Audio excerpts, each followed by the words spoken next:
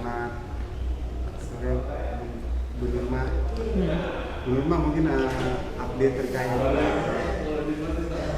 kasus Loli itu seperti apa? Iya, kalau kasus yang dilaporkan oleh NM, ya kemarin kita sudah lihat bersama, dari LM sudah dirujuk ke rumah sakit Kramat Jati ya, untuk selanjutnya pengobatan selanjutnya atau pemulihan kejiwaan. Oke, kondisi LM sekarang seperti apa? Iya, kalau kondisi masih di sana ya, nanti kita berkoordinasi dengan ahlinya tentunya. Bu Nurma mungkin tadi kan Rasman juga ke sana, terus ada beberapa hal yang diproses sama Rasman itu melihatnya polisi seperti apa?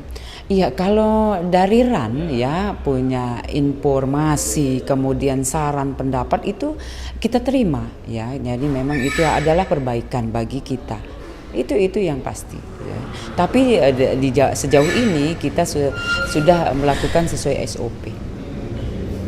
Lalu terkait kemarin kan juga di sosial medianya NM itu mendesak Kapolres dan bahkan juga dengan bantuan Bapak teman itu untuk mendesak Polres Jaksel itu pandangannya seperti apa dari polisi sendiri?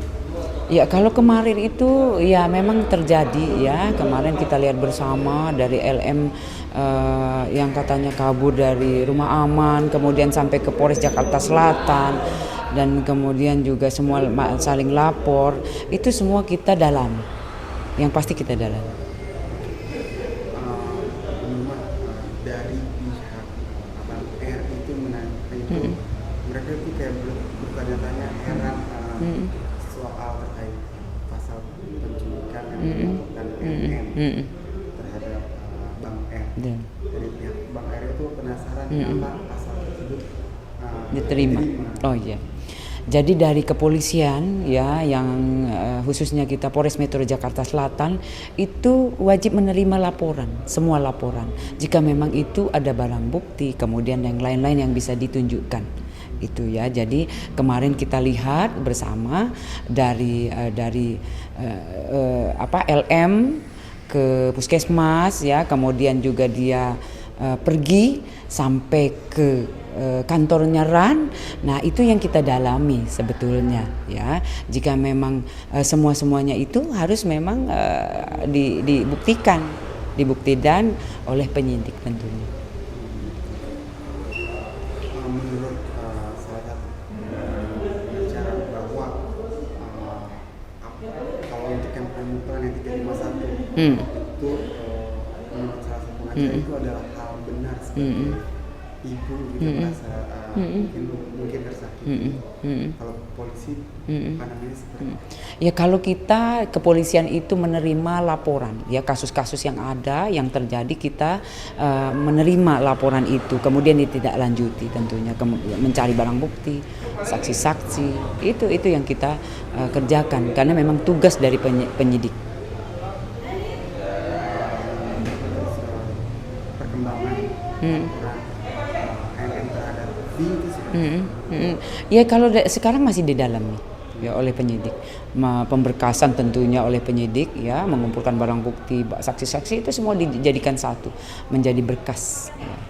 Tapi kan di sosial medianya NM itu bilang kasus ini stagnan.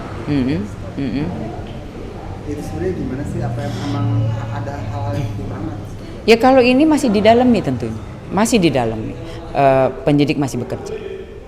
Lalu mungkin terkait LM yang ingin diadopsi oleh Abang R, gimana sih kepolisian menanggapinya? Ya, kalau itu di luar konteks penyidikan tentunya ya, itu di luar konteks penyidikan. Dengan adopsi dan lain itu adalah di luar dari konteks penyidikan. Namun demikian memang itu diutarakan oleh RAN ke penyidik.